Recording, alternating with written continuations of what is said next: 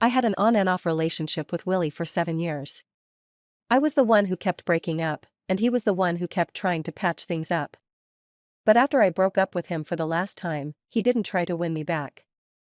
Instead, he found a mistress who looked a lot like me. To support her, he took away my resources. The Best Actress award I had been pursuing for 10 years was easily handed to her. At the award ceremony, a reporter asked if I regretted breaking up with him. I smiled, raised my hand to reveal the ring on my finger, and said, "I'm getting married." As soon as I said that, everyone saw Willie, who had always been so proud and aloof, suddenly get teary-eyed. At a fashion gala, I arrived alone, dressed to the nines. A reporter curiously asked, "Zoe, isn't Willie accompanying you tonight?" Just then, a commotion arose in the distance. I looked over and saw Willie stepping out of a car, holding another woman's hand intimately. The crowd was in an uproar because it was the first time in 7 years that he had brought someone other than me. This time, it was Wendy, a pop star famous for her innocent image. Some entertainment reporters had once compared our faces and found that she bore a resemblance to me. Willie showing up with her was like a story where the stand-in defeated the original. Reporters swarmed around them. I met Willie's gaze, his eyes were cold. I politely nodded and then calmly turned away to walk inside. On the way, my manager Teresa quietly asked, "No wonder Wendy was able to steal your fashion resources." I wondered who was backing her. It turns out it's Willie. "Did you two have another fight?" I shook my head. "No, we didn't fight. We broke up." Teresa sighed as if it was nothing new. "This year isn't even over, and you've already broken up with him 3 times. Every time, Willie swallows his pride to win you back. You should at least lower your head once, or else Wendy might really steal him away." Yes, everyone probably thinks that all year long, it's me causing drama and Willie appeasing me. As for Wendy, she's just a pawn in Willie's game, to spite me. They believe that as soon as I give in, Willie would immediately get back together with me. But I know Willie isn't acting out of spite, he's making a point. He's telling me that if I don't want him, there are plenty of others who do. I clenched my fists, the diamonds on my dress digging into my skin, the slight pain making me more clear-headed. "We won't get back together," I said firmly. "This time, it's really over." Willie and I had been together for 7 years. During that time, we broke up and got back together more than 20 times. I was the one who kept ending it, and he was the one who kept trying to fix it.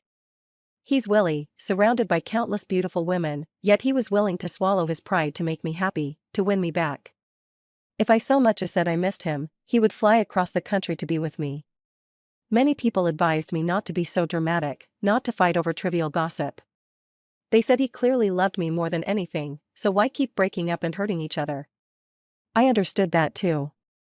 But I just couldn't control my emotions, and more than once, I cried late at night. He would hold me tightly in his arms and soothe me with his deep voice. How could it be drama? It's just that Zoe loves me too much, that she feels insecure. I'm happy to comfort her. I looked up at him with teary eyes and asked, "For a lifetime?" "For a lifetime," he replied without hesitation. We were so young then. Love was always passionate and intense, and it seemed like making a promise for a lifetime was something that could be easily done, just like that. But in the end, it was only an illusion. Thinking back, a hint of bitterness welled up in my heart. Teresa then asked me, "Why did you break up this time?" I hesitated, slowly blinking as my gaze finally landed on the couple standing intimately not far away. In a light voice, I said, "He's getting married and wants me to be his mistress." Teresa was stunned. I looked away and drained my glass of wine. No one saw my eyes turn red. "I told him I wouldn't do it," I added. Teresa's face paled as she muttered, "Ridiculous." "Yes, it's absurd." But Willie didn't think so. When he spoke about it, he even had a touch of casual certainty in his tone. "Zoe, I've already talked it over with Susan. We'll just be a couple in name. In private, we won't interfere with each other's lives, and we can still be together. Susan is the heiress of a well-known conglomerate and the woman Willie's family chose for him to marry." I unintentionally learned about their possible engagement from Willie's secretary. I had gone to confront him, expecting him to deny it. I never imagined I would be hit with such a bombshell. How laughable. My boyfriend of 7 years was getting married. He wanted me to be his mistress. Looking at him, my heart suddenly stopped, and then it began to race so hard that my nose tingled with the urge to cry. I didn't know whether to be angry at his insult or sad about my broken heart. But Willie just looked at me, his gaze calm and assured, as if he was certain I would agree. After all, I loved him so deeply. But all I wanted to ask was, Willie, were you ever planning to tell me you were getting married? Willie frowned slightly, a hint of confusion in his eyes. What does marriage have to do with anything? I love you, and that's enough. Zoe, this sort of arrangement is very common in our circle. You've seen it before. I had seen it before, of course. In the 7 years we were together, Willie had taken me to countless social gatherings. I'd seen couples who appeared affectionate in front of the cameras but were estranged in private. I'd seen arranged marriages where each partner lived their own life. But I never imagined that Willie and I would end up like this. We loved each other so much. I was sure we would get married, have children, and grow old together. But I was wrong.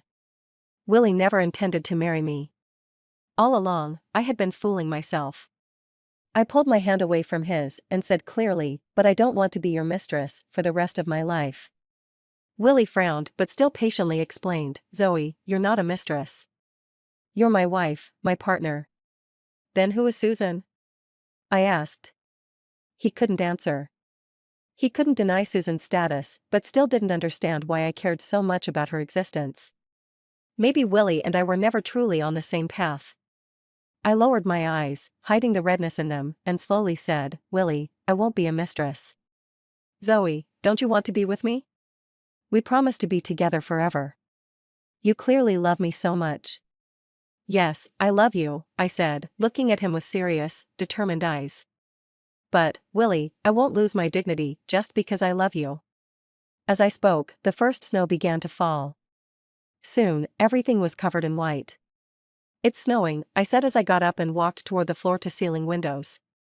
Suddenly, I spoke softly. I remember the last time it snowed, we were curled up on the couch together, under a blanket, watching TV.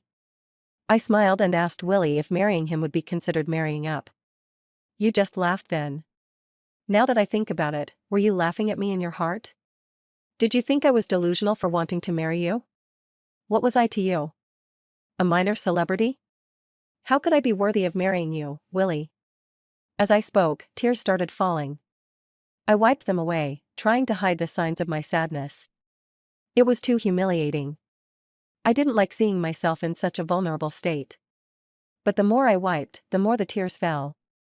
My chest ached with a sharp, constant pain. Willie's voice was slightly hoarse when he finally spoke. I never thought that. Maybe he didn't. I opened my mouth and forced a small, self-deprecating smile. But did you ever think of marrying me? Willie froze, opened his mouth as if to speak, but said nothing. At that moment, I knew the answer, he hadn't. He had never thought of marrying me. I had prepared myself for this, but knowing the truth still hurt. I blinked and looked at him, my voice full of bitterness. A lot of people say I fight with you, 'cause drama, and they don't know the reason. But you and I both know. It's because I wanted to get married, and you didn't. You said you needed to focus on your career, that you had to deal with your family first. I understood, so I forgave you time and time again.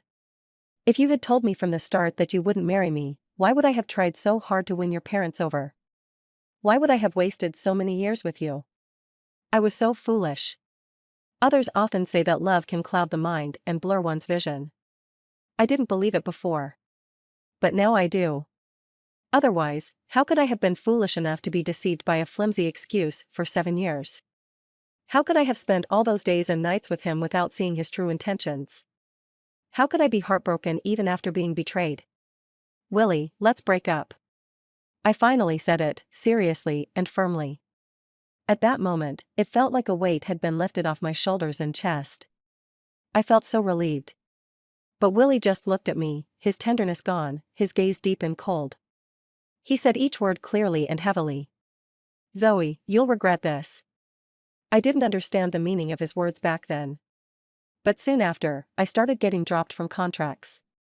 My resources, my endorsements, they all canceled on me, even willing to pay high penalties to end the agreements. And then, those same deals went to Wendy. That was when I realized. Willie was showing his power.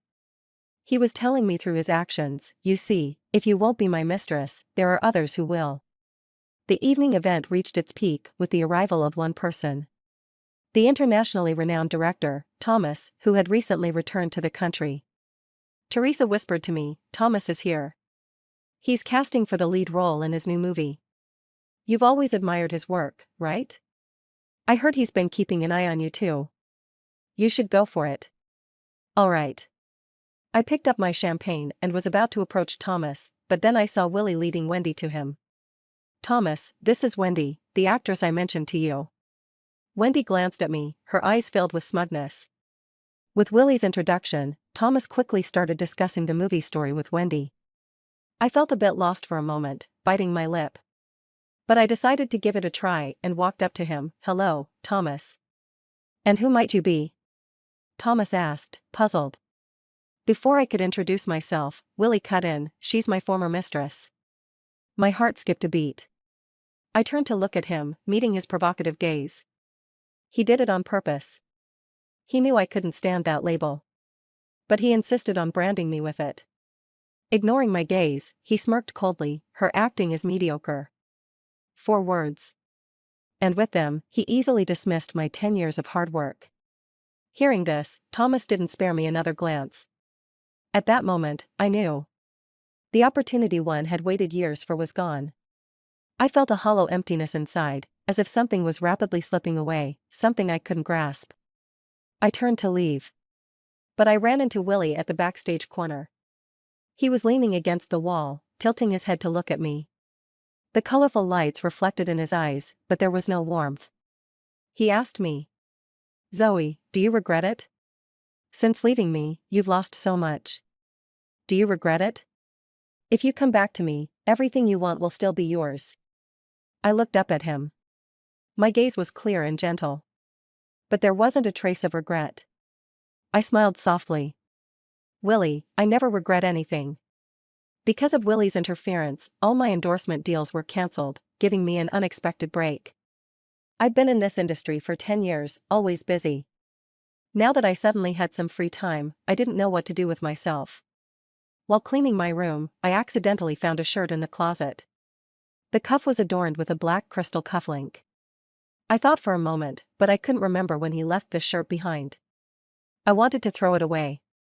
But then I remembered Willie once mentioned the value of this cufflink, so I set it aside. I didn't want to owe him anything. I informed his secretary to come and take it away. On the phone, his secretary whispered, Miss Zoe, Willie has been talking about you a lot lately. He still loves you, but his family is very insistent on the marriage alliance. That's why Willie came up with the idea of making you his mistress. It wasn't his true intention. He chose his words carefully. But he couldn't hide the nonchalant tone in his voice. They never saw being a mistress as something shameful. I replied with a simple, I understand. Hearing this, his secretary hesitantly asked, Miss Zoe, now that you understand, when are you coming back? I can arrange to pick you up. I cut him off, I'm not coming back. It's over between us. I've said it before. I don't like seeing myself in a pitiful state.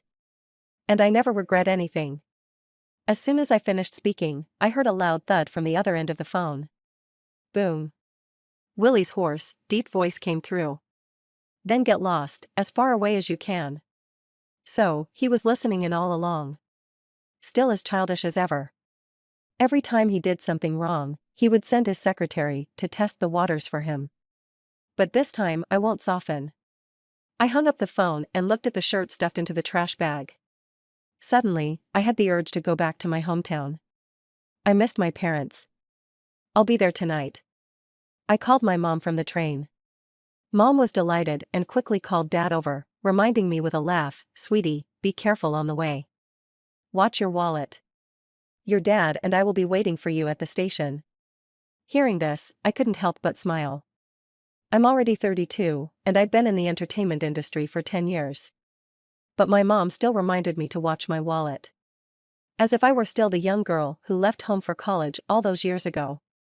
As soon as I got off the train, I saw my parents eagerly waiting at the station entrance. When I walked up, Mom immediately grabbed my hand, looking me up and down, while Dad took my suitcase. He looked behind me and asked, "Zoe, did you come back alone? Where's Willie?" I hesitated for a moment. But Mom gave Dad a light slap, pretending to be annoyed. "Willie must be busy. Your daughter's back, and you're thinking about someone else? What kind of father are you?" Yes, it's my fault." Dad quickly smiled and said, "I'll make your favorite spicy chicken tonight to make up for it." They both looked at me with a hint of worry in their eyes. I smiled and nodded firmly. When we got home, Dad went to prepare the meal while Mom helped me tidy up my room. But the truth is, my room was always neat and clean. As children grow up and leave home, parents always worry that they might be holding them back. So they express their love and concern through small details. Like going into their child's room over and over again. Sitting there, looking around. Mom hesitated several times before finally asking, "Zoe, did you have a fight with Willie? Did he upset you again?" You see, when Teresa talks about Willie and me, she always says I'm being difficult. But my mom thinks it must be Willie's fault. I didn't want her to worry about my relationship. So I just said, I broke up with him. But then Mom came closer, looked at my face, and hugged me gently, whispering, "Zoe, did someone bully you?" I froze. When I found out that my boyfriend of 7 years never intended to marry me, I didn't cry. When I lost a major endorsement, I didn't cry. When people questioned if I regretted my choices, I didn't cry either. Because I knew crying wouldn't help. It would only make people laugh at me, ridicule me. But now, leaning into my mother's warm and soft embrace, the tears I'd held back for so long finally started to fall uncontrollably. "I just think, maybe I was wrong from the very beginning," I murmured. "I shouldn't have accepted Willie's confession. I shouldn't have been with him. I shouldn't have continued the relationship after I first realized he didn't want to get married, even though he explained it away. Maybe I really was wrong." But my mother gently wiped away my tears and softly said, "Zoe, just like the gods who face trials when they descend to earth, maybe Willie was your emotional trial. Our Zoe took 7 years to overcome it, so I should be happy for you. Because I believe that from now on, your life will be smooth sailing." "Really?" I looked up at her. She responded without hesitation, "Of course." In that moment, the anxiety I had carried for so long suddenly lifted, and I felt calm again. "Your dad and I will always be your support, Zoe. Be bold and follow your path. If you ever get tired, come back home, my arms are always open for you." As I lay in bed, my mother tucked me in, and through my drowsiness, I saw the setting sun outside, casting a soft glow on her face.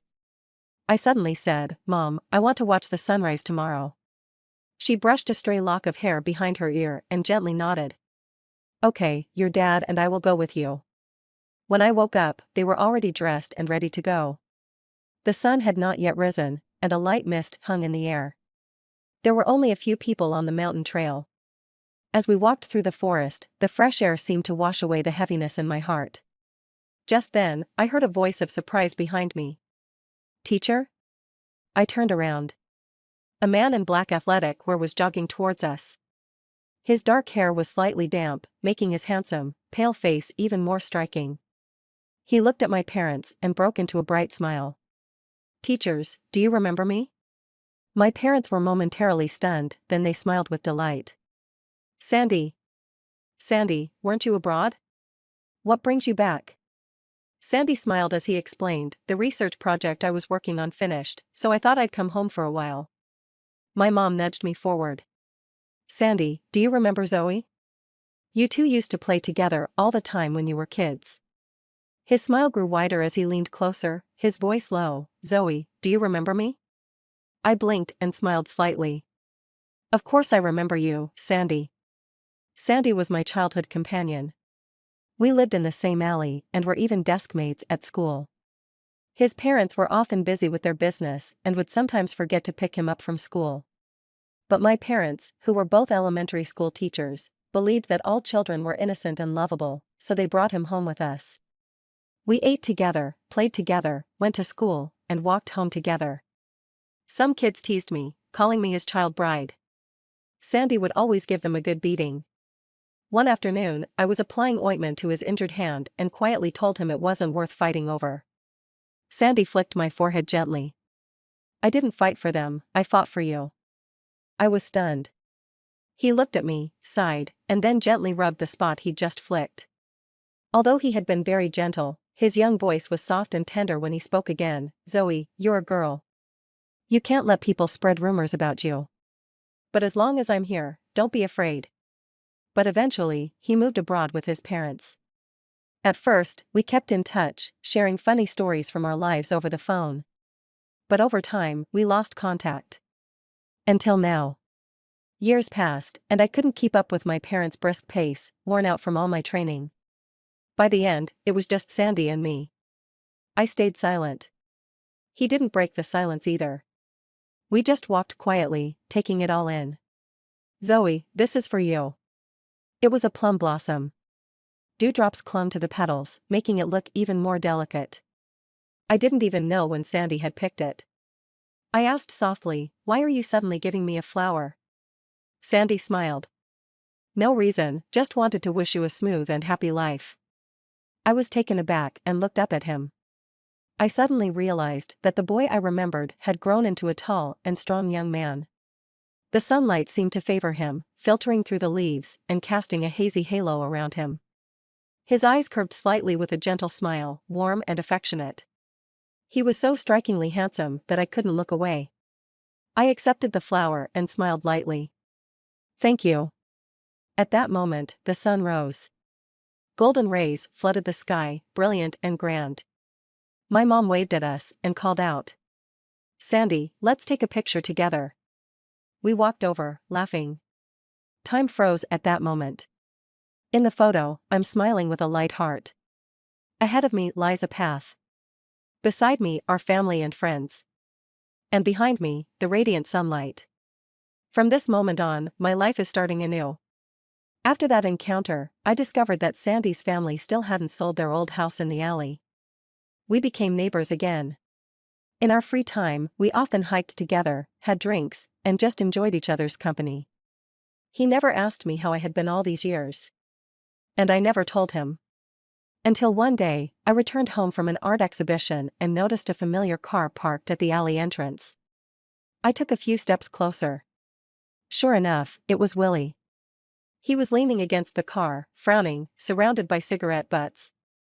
When he saw me, he quickly stubbed out his cigarette and walked toward me. But when he noticed Sandy beside me, he hesitated. He called out to me, Zoe, come here. But I just gave him a cold look and turned to walk away. Willie was stunned. He had never expected me to be so indifferent toward him. The words he had planned to say got stuck in his throat, and he couldn't get a single word out. I was about to walk away, but seeing the curious stares from the people around us, I stopped in front of Willie and said, flatly, do you need something? Willie's eyes lit up, but before he could speak, a car trapped in the alley honked its horn loudly. I then said, if not, please leave. Your car is blocking the alley and making it difficult for others to get through. My tone was distant and polite, like we were strangers. Willie's face changed slightly, a hint of helplessness in his eyes. Zoe, it's been so long. Why are you still mad? What do I have to do to make you come back to me? I've missed you so much. Without you, the house feels so empty and lonely. As he spoke, he reached out to take my hand. I pulled away. Even now, he didn't get it. He still thought I was just throwing a tantrum. He believed that if he coaxed me a little, I would soften and get back together with him, just like every other time in the past 7 years. But not this time. I wasn't going back. Fed up with Willie's persistence, I led him to a secluded spot. I turned to face him and said quietly, Willie, your family needs you to marry for their sake, and you wanted me to be your mistress. You think that's fair? But what if? My family also expects me to get married. Would you be willing to be my lover? Willie was stunned, his expression darkening. You're unwilling. Why? You get married, I get married, that would be fair, wouldn't it? In the deserted alley, my questions echoed. Willie's face gradually turned pale. He glanced at me and then at Sandy, who was still waiting at the alley's entrance. A crack began to appear in his once confident and assured gaze. He misunderstood, but I no longer felt the need to explain. I didn't need to explain anything to him anymore. When I spoke again, my voice carried a hint of self-mockery. Willie, from beginning to end, you never saw us as equals, did you? You're from a wealthy family, you need a marriage to sustain your business. I, on the other hand, come from an ordinary family. I can't help you with your career, but I'm good enough to be your mistress. You always said you loved me, but deep down, you looked down on me. You once asked me if I regretted it. Well, I don't. I sighed softly, a touch of regret showing in my eyes, because there was a time when we truly loved each other. I don't want to use our current unfortunate ending to condemn the version of myself that chose to be with you. Back then, we were both too young. We believed love was eternal, but we forgot that people's hearts can change. The person I loved was the Willie who sang love songs loudly on the sports field to woo me in college, who was willing to give up everything just to love me, who fought hard for the freedom to marry. But not the Willie standing before me now, willing to abandon me for ambition. Perhaps, from his perspective, his choice wasn't wrong. But I don't love him anymore. So, no, I don't regret it. And perhaps, my mother was right, Willie was my emotional trial. I was unfortunate to have spent the best 7 years of my life entangled in it. But the fortunate thing is, my life is much longer than 7 years. I allow myself to be sad, to be heartbroken, but I will never allow myself to stay stagnant. I have ambition. My ambition doesn't allow me to stop moving forward. So, Willie, we're really over. As I finished speaking, I smiled, just like I used to. No, this isn't how it's supposed to be. But Willie seemed half defeated. He yelled out, his fists trembling with clenched force, his eyes red and teary, as if on the verge of crying. Zoe, I don't want to end things with you. But as I watched him, my heart felt nothing. I even took a step back, wary that he might lose control and hurt me, though I knew he wouldn't. At that moment, I was certain, I really didn't love him anymore. Because all his emotions just made me feel annoyed. Willie raised his hand, intending to grab me, but in the end, he did nothing. As I neared the corner, I looked back. Willie was still standing at the alley's entrance, stubbornly watching me, his back slightly hunched, looking fragile and pitiful. He opened his mouth. Finally, he asked me, Zoe, did I really make a mistake? I didn't answer. I didn't look back again. On the way home, the distance was rather short. But we both slowed our pace. I originally wanted to let Sandy go ahead. I wanted to sit alone for a while and feel the breeze. But he silently sat beside me. He didn't ask. And I didn't feel like talking. Until the stars lit up the night sky. The cool breeze dried my tears. Sandy handed me a tissue, speaking with a gentle, cautious tone, Zoe, did he hurt you? I was startled. That question was so familiar. My mother had once asked me the same thing. Now, there was nothing left to hide. So, I sighed lightly and gave a bitter smile, saying, I've been with him for 7 years. Next year, he's getting married, and he asked me to be his mistress. It sounds ridiculous, but sometimes I wonder if I'm just not meant for marriage. Otherwise, after 7 years with Willie, why had he never considered marrying me? Sandy paused for a moment, then stood up and squatted down in front of me, staring at my red eyes. He wanted to say something, but instead, cursed softly. What a bastard. Then, he added, and a fool with no taste. His handsome features, always smiling, made him seem like a gentle scholar when silent. But in this moment, his indignation seemed so out of place. And yet, it was quite endearing. I couldn't help but laugh and nodded in agreement, yes, no taste at all. Seeing me smile, he let go of his anger and smiled softly. Are you going back? I nodded, of course. My ambition doesn't allow me to stay where I am. My love life is a mess. Willie wants to ruin my career and force me back to him.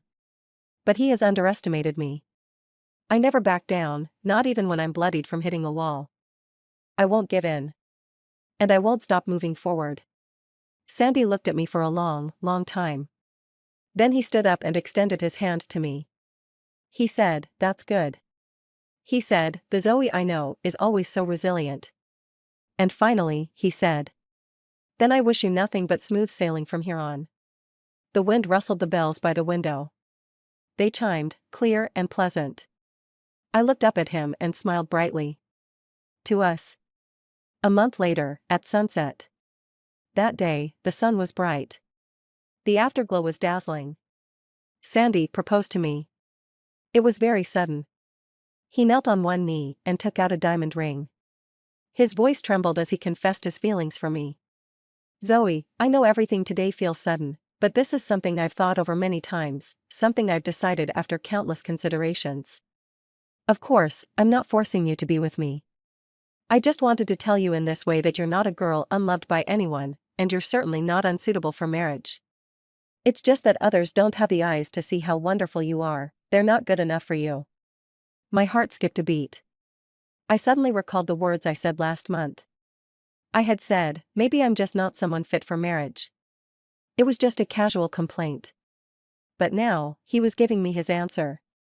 He was telling me I'm better than anyone. He said, Zoe, don't be anxious. He said he liked me, that he had never forgotten me. He even told me that the reason he returned to the country wasn't for a vacation, but because he had heard about my breakup with Willie and left his research behind, rushing back. I just thought, you might need some comfort during this time.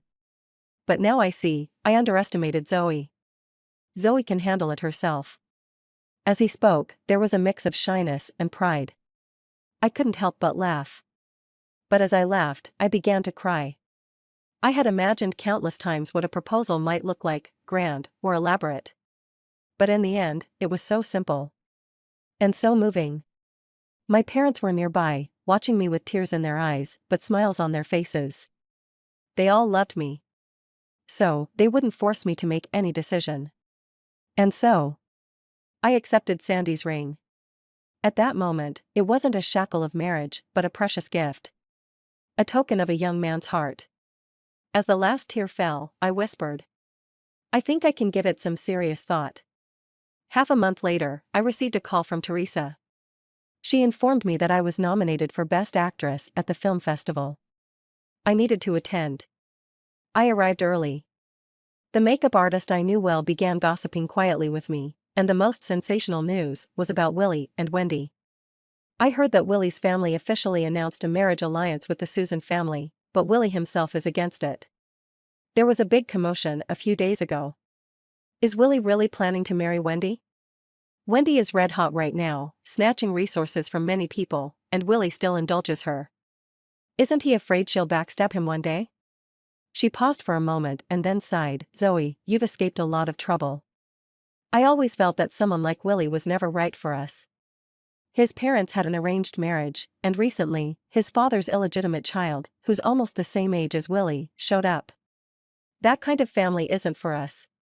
In the mirror, I saw my meticulously made-up face, red lips, and white teeth. I smiled slightly, looking even more radiant. Not far away, I noticed a figure. His eyes had dark circles, and he looked exhausted. Wendy stood by his side, holding onto his arm with a sweet, lively smile. But he was just staring at me through the mirror. I was the first to look away, letting out a small snort. Yes, I can't accept that. So, I didn't want him anymore. It's time to go in. I lifted my dress and entered the venue. Then I turned around and took out the ring from my bag. I thought for a moment and then placed it on my ring finger. In the end, I didn't win the Best Actress award. It went to Wendy. Wendy stood on stage, giving her acceptance speech under the dazzling spotlight, looking like the epitome of a winner in life. She debuted just 2 years ago and won the Best Actress award I had been pursuing for 10 years. She had endorsements from luxury brands and Willie supporting her. How could she not be a winner in life? I sighed, exchanged a helpless look with the director, and was the first to leave the venue. As I walked backstage, I unexpectedly ran into Willie. He was on the phone, furious. How did Wendy win Best Actress? Didn't I tell you not to interfere with today's awards? The person on the other end said something. Willie hung up in silence, then stormed into the banquet, grabbed Wendy by the wrist, and dragged her backstage. Wendy cried out in pain. Willie, however, just stared at her coldly and said, Was this your doing? Wendy froze and quickly defended herself, It wasn't me. The Best Actress award was rightfully mine. Zoe's acting is mediocre, how could she? But before she could finish, Willie's hand was around her neck, his voice laced with menace. Wendy, I don't want to hear you say a single bad word about Zoe. You're not worthy. Zoe's been in the industry for 10 years and has won countless awards. I forced her endorsements to drop her, and those endorsements reluctantly signed with you. But back then, without me, those brands were all eager to sign with her. Her popularity, her talent, you'll never catch up.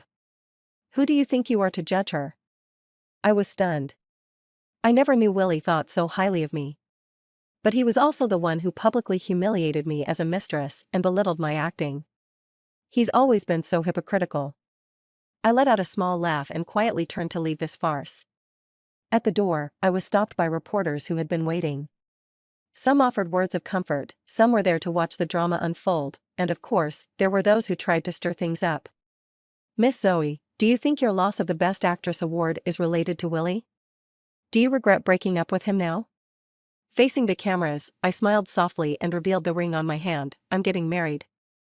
As the words left my lips, the man not far away turned pale, his eyes reddening as he stared at me in shock. He started walking toward me, but was held back by Wendy, who clung to his arm. I watched and then left the banquet, moving through the crowd. When I got into the van, Teresa looked at me as if she wanted to say something, but held back. I didn't want to explain. Just then, the phone rang. I answered, and a familiar voice came through. Zoe, I heard you're getting married. It seems he was watching the live broadcast. Otherwise, he wouldn't have known so quickly. I smiled. Yeah. With whom? He asked, sounding both hopeful and cautious. I remained silent for a long time, so long that we could only hear each other's soft breathing. Finally, I said slowly, maybe, you. There was a sudden gasp from Sandy on the other end. I'm coming back. I have to come back. But then, there was an angry roar. Get back here. You've already used up 3 years' worth of vacation this year. It was his professor. Listening to the chaos on the other end of the line, I unconsciously relaxed, letting go of the tension that had been building up. This is nice. This is really nice. The last time I saw Willie was on set. By then, Wendy had probably angered Willie, leading him to stop supporting her. This was enough to make those who had their resources stolen by her retaliate twice as hard. In the end, it all backfired on her. But I had no time to worry about others. I was busy comforting Sandy, who couldn't return to the country, urging him to focus on his research, busy filming new movies and commercials. Oh, by the way, Thomas reached out to me again. After Willie publicly discredited my acting, Thomas was displeased, but I still went to the audition. It went smoothly. Just as Willie said, after 10 years in the entertainment industry, my acting skills and capabilities were beyond question. Thomas apologized to me for underestimating me back then. I shook my head, indicating that I didn't mind. Before leaving, he said, actually, although Willie recommended Wendy, he never let her audition. Later, he told me that he would only invest in this project if you starred in it. But I think, even without him, once other investors knew you were the lead, they wouldn't refuse to fund the project. After all, your acting is truly impressive. My heart skipped a beat. I didn't know there was such a story behind it. But it didn't matter anymore. In the end, I just smiled and said, thank you. When I left the set, it was already early morning, the sky was dim, and I realized it had started snowing again. Another winter had arrived. I seemed to have a connection with snow. I met Willie during the first snow and broke up with him 7 years later during the first snow. It seemed that moment had already foreshadowed our ending. A cold ending, covering all the beautiful memories of the past. I stood quietly at the entrance, waiting for the car. And then, I heard a trembling voice from behind. Zoe. I turned around. It was Willie. He stood beside me, silent for a long time before finally speaking slowly. I've been thinking a lot lately, and I realized I really was wrong. I was stunned and turned to look at him. He looked exhausted, with dark circles under his eyes, bloodshot eyes, and a stubble-covered face. He was a mess, even reeking of alcohol. I discreetly moved a few steps away. Willie noticed and paled, but he let out a bitter laugh and said, "You were with me without asking for anything. I used to think you couldn't live without me. Otherwise, why would you always soften whenever I coaxed you after our breakups? But I forgot that you were willing to come back because you loved me." And I trampled on your true feelings. His voice choked with emotion.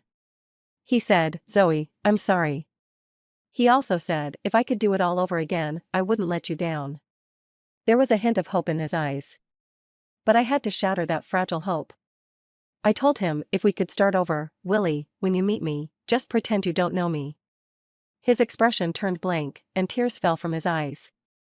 I looked at him and smiled. I don't want to get entangled with you anymore. Just a few simple words, but it seemed to crush Willie. He stared at me with bloodshot eyes, then nodded. Okay. As I got into the car, Willie remained where he was, watching me, just like when I told him I wanted to break up. But every time, I never looked back. I got off the car and stood downstairs. I suddenly found a familiar figure standing not far away. My heart skipped a beat and I ran towards him with big strides. He caught me. At this time, the sun rose. The warm sunlight dispelled the coldness of the first snow and took away the haze of the night. He said, Zoe, I'm back. I stared into the distance. The sun was shining. The first snow fell. But I thought, I will not be cold in the winter to come. Because I caught the rising sun. And,